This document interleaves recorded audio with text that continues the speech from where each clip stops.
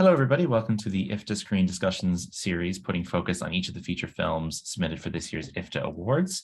Every week, we're putting the spotlight on a variety of diverse feature projects representing the best of Irish filmmaking. And today, I'm delighted to be joined by the filmmakers behind Nocebo. Joining me today is director Lorcan Finnegan, producer Brunella Coquillia, costume designer Leonie Prendergast, and production designer Lucy Van Lankhuizen. I hope I did all your names relatively smoothly. Names there. Some imperfection there in my pronunciation, but lovely to have you all joining us today to discuss Nocebo. I'll start with you, Lorcan. You've worked now a number of times with Garrett Shanley, your sort of screenwriting partner, and I'm interested in how the process of developing these films begins with you and Garrett, and sort of how you work together from the initiating the original idea to actually making the film a reality.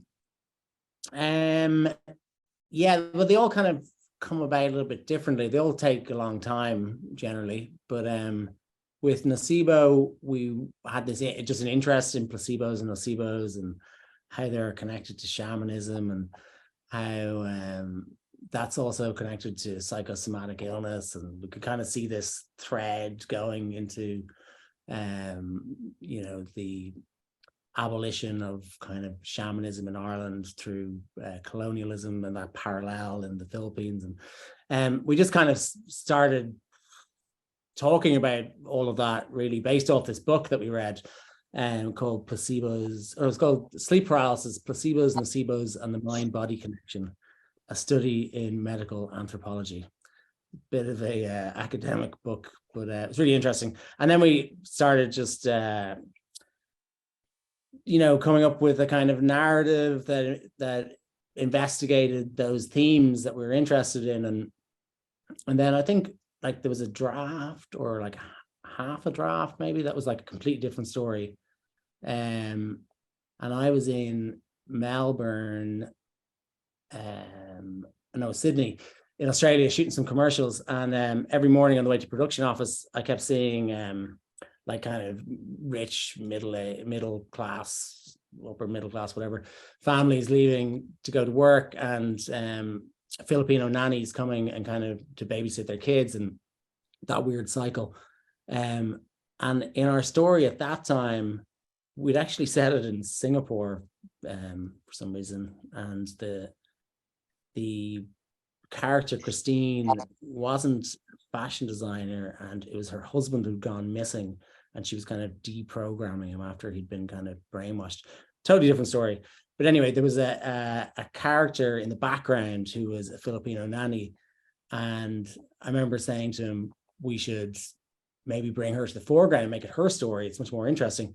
And we did, and then we ended up doing this as we went to the Philippines then to do research together, and then went to China to pitch the project at Macau, and then met Epic Media, who are our Filipino co-producers, and they came on board. And so it was a kind of a weird sort of rambling trajectory. Like, we didn't really have a plan to make the film about what it ended up being about. It was really started with an interest in those themes, and that's kind of, it just led us on that journey. Right. And something I guess that's striking for people in the Irish film world is going to be the fact that it has funding from within Ireland and from within the Philippines. And Brunella, you might be able to speak a little bit to how it was sort of navigating that sort of two-sided, the film having this very strong like Filipino element in terms of the shoot there, and funding as well, and how it was maybe different to your previous projects in terms of navigating the dual funding that was going on.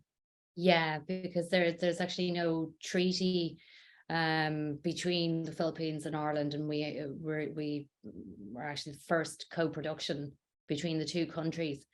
And Macau was really important to us, as it turned out, because it was a market specifically targeted at finding projects that had a crossover between Europe and Southeast Asia. So once the story came together and we knew the Philippines was a huge part of the story, we didn't just want to use a service company in the Philippines, it was very important to us that a co-producer was coming on board to have real say in the story and the script and everything to do with production as well. So when that happened, we were able to also access funding from their version of Screen Ireland, the Film Development Council of the Philippines. And that funding was actually the first, it was brand new. So we were also the first to go through that. So we're always the guinea pigs, it seems, with the things. But I really like that, actually, because everybody's learning as you go. It was very tricky because of COVID. We were to shoot some other elements over in the Philippines with Ava Green traveling, but because we couldn't, and this will kind of segue into production design, because Lucy had some real challenges. We ended up shooting some of the scenes here and then had to match them over in the Philippines. So interiors and exteriors matching seamlessly, might I add. Nobody was really aware of what country, what we shot in what country, which is kind of nice. And when you're watching it, you know, but you sometimes actually even forget the magic of filmmaking. I would have definitely assumed all the Philippines stuff was shot in the Philippines, so it worked for me. I'd love to hear from you, Lucy, about your experience. And have you ever been to the Philippines? Were you just looking at a lot of their footage or trying to craft images that looked convincingly like Philippines footage? We worked off a lot of reference photographs, and there's one particular fire that Lorcan had referenced that we did a lot of research on. But I have to say with this that our Philippine art department, we worked very closely with them. So you're only as good as your team. So my team in Ireland, we had a lot of dialogue with our Philippine art department. They sent us stuff over. They went out and bought for us. It was quite actually a logistical nightmare. Again, it's COVID, and again, like we were traveling herbs, spices, from a set deck point of view. But from a design point of view, it was research.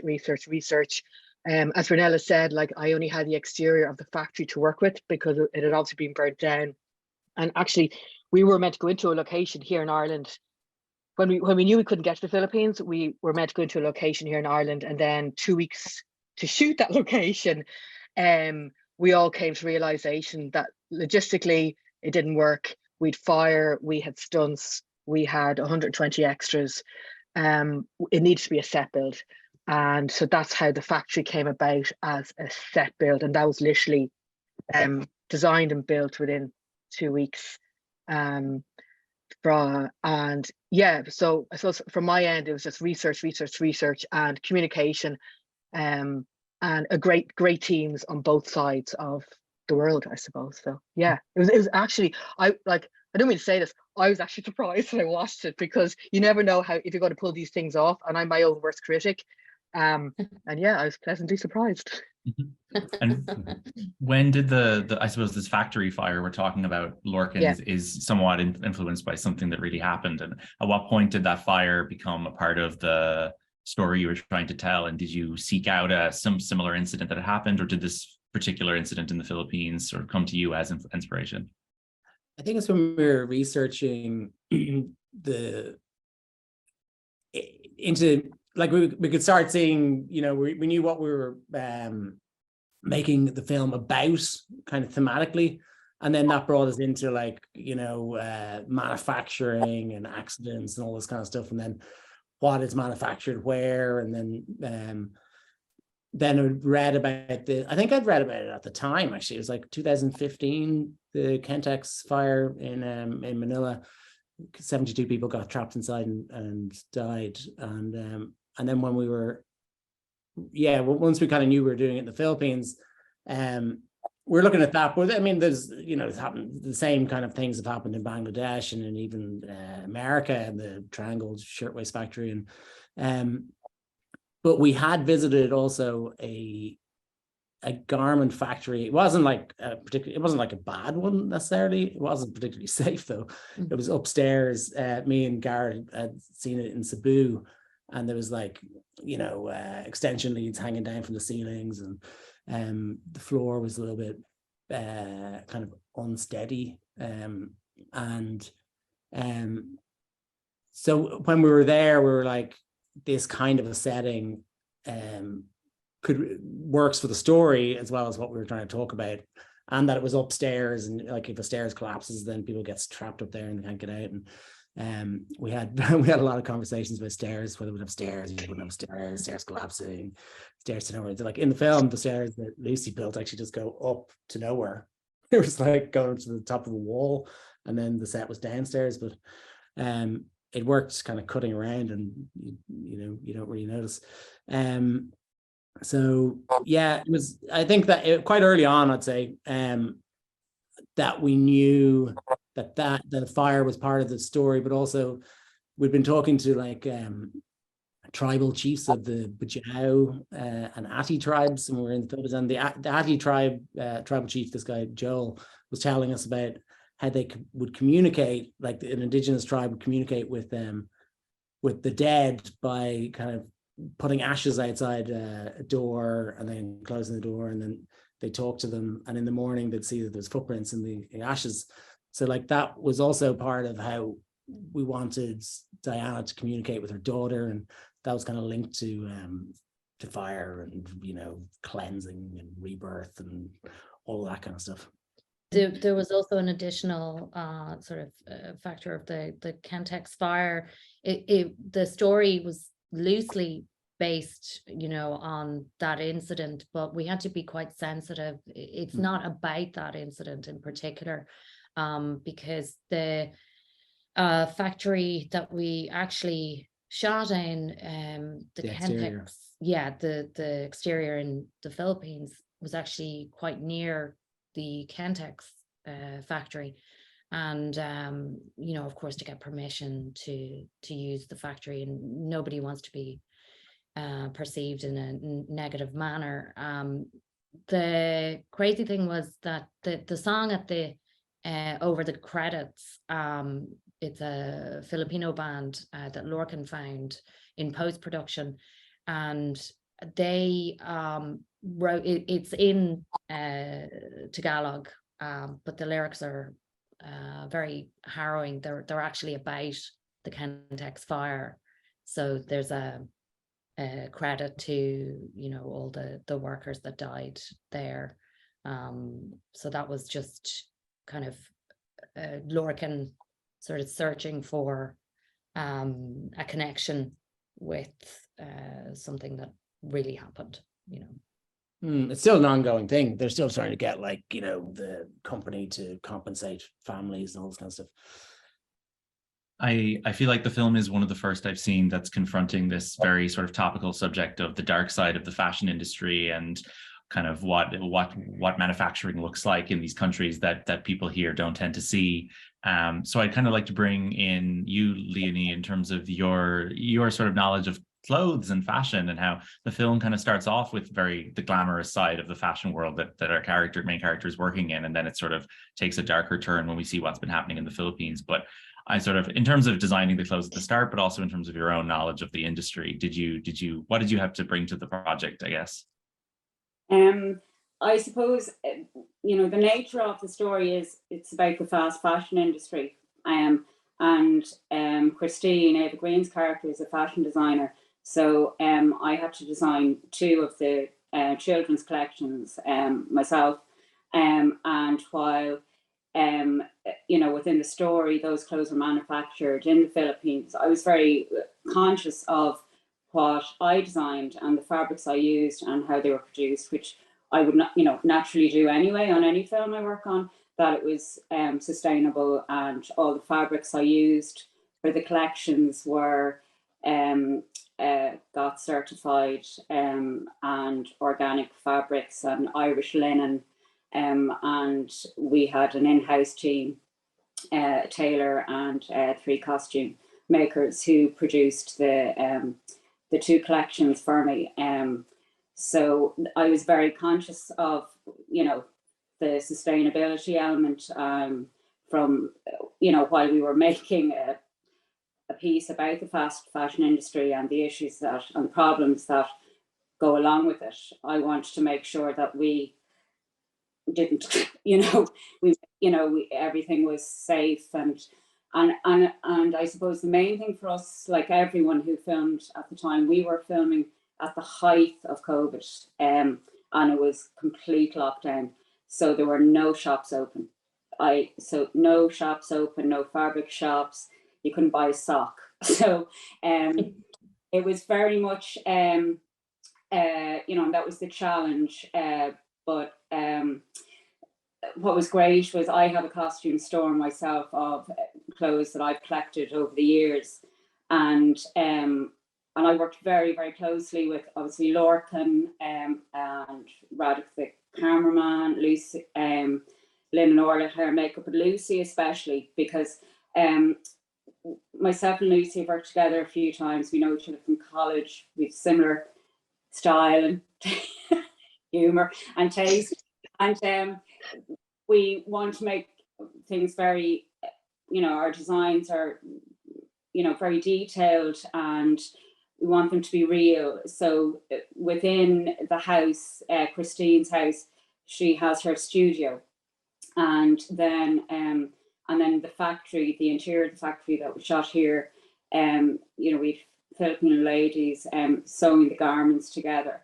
So myself and Lucy, so the process of making, just for those who don't know what garment is, so I would put my designs together, my drawings, references, like color palette reference, what's in vogue at the moment, and I put boards together. And Lucy then used them as the actual props and set for her set. So it was very real, what was seen on the set as well. And then with regards to the garments, my tailor, I give the designs and then she'd make a pattern. And then what would happen is, it's called a toile. You make the designs out of calico, and for two reasons: so that you can see the shape of the garment, but then so that you're not cutting out the actual fabric yet. So what it does is it prevents waste of fabric as well. So then I gave them to Lucy, so the toiles, so she was able to use them in the set in the factory, and then within Christine's workroom as well in her house. So it was so trying to coordinate that from time-wise when things were being shot within the schedule was tricky, but it worked well, didn't it, Lucy? It worked. Yeah, and it did actually. Yeah, like a massive amount of work went into it from I suppose from Leonie's side and from mine. But yeah, the amount of detail that I think both of us work the same way. We want to put as much detail as possible into the costume and into the sets. Whether you see it or not is irrelevant, because you're doing it for the characters, you're doing it for the actors, you're doing it for crew ultimately as well, and Lorcan. Because I think if people walk onto a set and they don't feel like it's real, I think you really haven't done your job. And I think I'd like to think we managed to do that. Yeah. Yeah, but then like when we go out, like we in the DP get onto the set, we could, it offers up more opportunities. It's not just like you have to shoot this way and there's a wall there and everything else, is blank. So it was like, especially the house and the factory and everything, they're all like super detailed, and also very very well designed for the camera, because we were shooting 1:6 aspect ratio as well. Do you remember one stage we made the set kind of the interior factory set kind of more narrow and long, so it would actually just fit the aspect ratio better for the camera. So yeah, great. And as well, like Lorcan's background, his design, and it's great to work with the director who not only is a storyteller but also uses visuals as a way of telling a story, and that's very helpful for a costume designer, production designer, DOP. We all approach each shot as a painting, and so that everything seamlessly works together. and colour. Lorcan uses colour in a very clever way of telling a story, and that's very helpful for a designer to use colour in a way to help, warm tones, cool tones.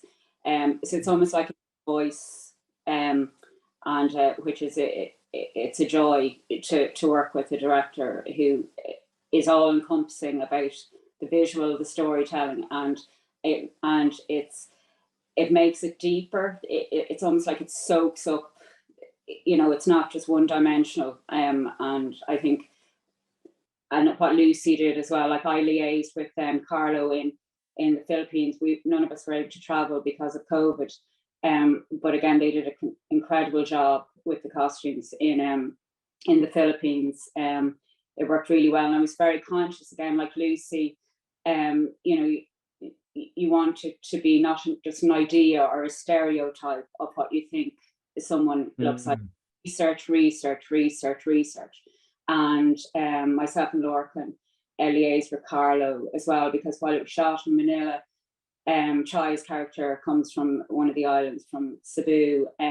So it's like any country. People in Dublin would dress differently to someone, in Donegal or whatever. So it's so that you're being true and honest and not stereotyping, which I think is, and that's part of our job. And that's what we love, doing the research. I mean, we weren't around in the 19th century, so when we're doing a period job, same process. It's research and being true and honest. And the great reward is when, Chai was her first time in Ireland, coming over, and she straight away goes, yeah, this is right. This is exactly what I saw my character, so that's the great reward. So I think, it's research, and Lorcan, did so much research, and the whole story is very sensitive as well. And our job is to facilitate that and bring that on to what we bring to the table as well. And all the clothes, but remember so there's, even in the script, there was like on purpose this kind of meta cultural appropriation within the story, where they like are shooting an ad for the new line of clothes, but doing it in a kind of like, let's make it look like Southeast Asia, urban kids with these like little crocodiles, and they had like sort of tropical birds and stuff like that on the clothes. So they only had to like make them cool, contemporary, but also like kind of appropriating tropical culture back into our own kind of consumer culture. And challenge. Departments have to work together, but on this film there was definitely far more between costume and production design. There was such a crossover because so much of the costume became part of the props and the set, especially Christine's studio and the commercial, like you said. All my clothes. Yeah. we had an advisor actually. She worked for a large brand, multinational brand, and like I learned so much on it. Like I love my fashion. You never think what I'm wearing today, but I learned so much from her, and I learned so much from Leonie. Like the amount of detail, like aside from designing a set and putting a set together, having that as another layer is mind blowing. And during COVID as well, it's an interesting one. But I learned a massive amount on this. And it's like my tailor. So while when I design and we make for a film, you don't actually see the process. So your design, we know all the elements, and then they're on the actor. But so my tailor made a finished garment, but then had different stages of the garment. So the fabric cut out, so that Lucy was then able to, when we were in the factory, the machinists were actually using the actual fabric and a real a real cut out piece from the garment to use. So everything was as real as we could get it. And, you know, fabric samples that Christine brings to Liz, you know, they were not finished garments, they were the stages of. So it was as real as the process would be in real life, I suppose. Yeah. And Ava had to like pretend to know how to use a sewing machine and make a bed.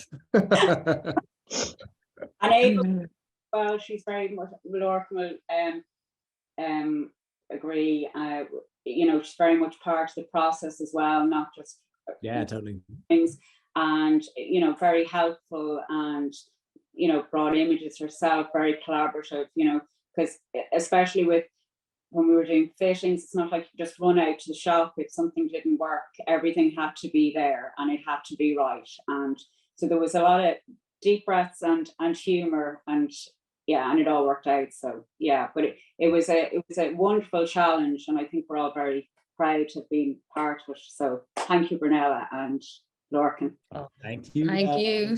Teamwork. Something I'd love to ask you about, Brunella and Lorcan, is the casting in the film, because you obviously have these two very well-known actors, Ava Green and Mark Strong, who sort of bring with them, I guess, a sense from the audience of the type of roles that they often play in big studio films. And then you have Chai, who's this kind of discovery, who's really great in the film. So I guess I'm interested in kind of how you fill those roles with the big name actors and what they bring, as well as what sort of the process of casting Chai and what you thought she brought to the role.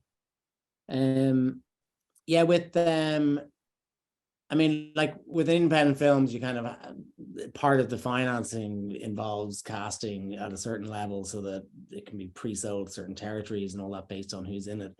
So we were, I mean, I thought of Ava quite early on, that she would be great in the role of Christine, because she can be very glamorous, but she can also play someone who's like, you know, sick and haggard, and she actually likes doing both, you know. And this kind of role gave her the opportunity to sort of start out great, then, you know, disintegrate, then slowly build back up again, and then go way back down. So and she's also like quite like an activist in terms of human rights and stuff like that. So the themes and everything were also of interest to her. So I sent her the script basically by her agent, and she had seen my previous film Vivarium, luckily, and she really liked it. So it wasn't a total kind of like out of the blue type script. There was that connection. So she read it pretty quickly and came on board, which was great. And then with Mark, I'd actually met him about a year before.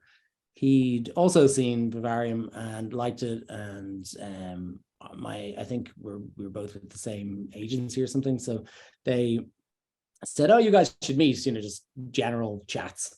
So we had a chat and we got on very well. And then when this came, I kind of had in the back of my mind he could make a good Felix, but I didn't know who would be Christine yet. We were still a good bit out.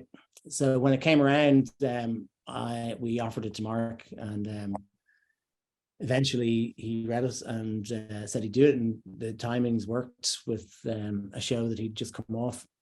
And then, but like simultaneously, I think once we got Ava on board, we started casting the Diana role, and the guys, the Bianca and Brad and Patty in the Philippines had worked with Chai before, and we had a screenwriter and filmmaker, which is director as well, called Ara Chaudhary, who helped me and Garrett with some of the scenes that were set there, writing dialogue and making sure the scenes were kind of you know, culturally accurate and everything. And Chai also is from Cebu, yeah, so she was able to have brilliant input to the Cebuano. this is before she came on. Oh, right. I mean, Ara had worked with with Chai. Yeah. And Chai is also an activist. Like even Mark, you know, all three of them were attracted to the film because of the themes in it, because of the message that we were putting across in a genre film. And then, you know, they weren't, Mark and Ava weren't afraid of what was happening to their characters, that we're not portraying them in the best light. You know, some actors don't necessarily like that, but they were just absolutely in for that. Just on the casting Chai though, we didn't, we saw, I don't know, probably about 10, 15 people kind of did self-tape auditions, and Chai's was just like, when we saw her first, it was like, oh my God, she's like perfect. She did this thing where she'd say something that was a little bit creepy, but then she'd give a lovely big smile, and then she'd say something a little bit creepy and then smile again. So you're never really sure where you were with her. You're kind of on the back foot. And she was saying that that's kind of a Filipino thing as well, that they don't want to, particularly if there's like somebody of a kind of, you know, higher in society or whatever, even in their own communities, they'll smile to kind of make people feel comfortable. So that, yeah, it was just something really interesting from her, for her tape, that actually made us go, that's great. Yeah. Is it fun for you when your main characters, I guess, none of them are entirely trustworthy or entirely reliable sort of protagonists? Like Ava's character is obviously revealed to have kind of this dark side to her later on, and then Chai's character, we're not really sure what her motivations are for the first chunk of the film. Is that something that you enjoy, sort of putting in that uncertainty? Yeah, I mean, I think that was like part of the challenge of the actual script, was to do a kind of a gradual kind of switcheroo of your allegiances to the characters, or your sympathies, which is kind of works in the placebo nocebo kind of way as well. Sort of parallels that we'd kind of gradually start going, oh, maybe she's actually not so bad, and maybe the person we thought, you know, we're sympathetic towards because she was sick is actually sick for a reason, and then we learn why. So yeah, it was good fun. And Bob's as well was great. Billy Gladson. It was always so tricky trying to find like a really young child actor who, you know, because they can ruin a scene if they're not good, really. And we're lucky to get her. She also kind of looks a little bit like Ava and Mark might have made her. She was brilliant and so full of energy. Yeah, crazy little child. She's good fun. But they always affect the hours and everything. Like, you know, the kids get tired, you know, early, and we had long hours. And there's a scene in the film where she's kind of, Mark has been brought off on a stretcher, and she's like, do we have to go to hospital with him, you know? And she's kind of yawning and falling asleep. That was real. You're sort of on a run now of doing these genre films that deal with serious social subject matter in kind of interesting and unusual ways. So is that something you kind of hope to continue doing with your next couple of projects? I think we're moving on to rom-coms now. He's joking. The next one is horrific. Differently horrific. It's kind of, you can't get any more of a fable. Yeah. Like a dark action adventure fable about creating monsters in order to start wars and steal natural resources, kind of like a Jack and the Beanstalk gone bad with Mad Max sort of Full Metal Jacket vibes. Do you find it challenging when you're pitching these films to that are sort of psychological thrillers and are sort of on the fine line of becoming full-blown horror, that you don't sort of put off potential audiences who are a bit wary of full-blown horror when the film is kind of just short of being that terrifying? Like, it's very tricky because like when something has a little bit of horror, people kind of put it into the category of horror, even though we wouldn't say it's a horror film. And genre fans will watch things that are on the kind of peripheral of horror as well, and then they can be annoyed that it's not horror enough for them, even though you didn't say it was a horror in the first place. But it's a tricky, like, genre is very annoying to dabble in, really, because it can get, you're just telling a story, but then it gets put into a category. It's like going to, Extravision in the 90s, and you'd see your various sections of film, and it has to kind of fit into one of those shelves. But the next film we're doing isn't really, it definitely wouldn't be categorized as horror, whereas it might be categorized as genre in that there's sci-fi elements. But yeah. But we're finding with Nocebo, there's a bigger response, I think, from the more broader cinema goer or film watcher, rather than genre, because they are looking for the scary moments, whereas I enjoy it as well. But yeah. But this one we were trying to make it more kind of other audiences, they are looking at it and getting the themes of the film, which was really important to us. There's a message there, and for people, to be able to affect people, and maybe they just think, oh God, maybe I won't buy as many clothes as I am, or maybe I should watch where I'm buying my clothes from, asking themselves those kind of questions, not just that was scary clothes as I am, or maybe I should watch where I'm buying my clothes from, asking themselves those kind of questions, not just that was scary and putting it away as a scary film.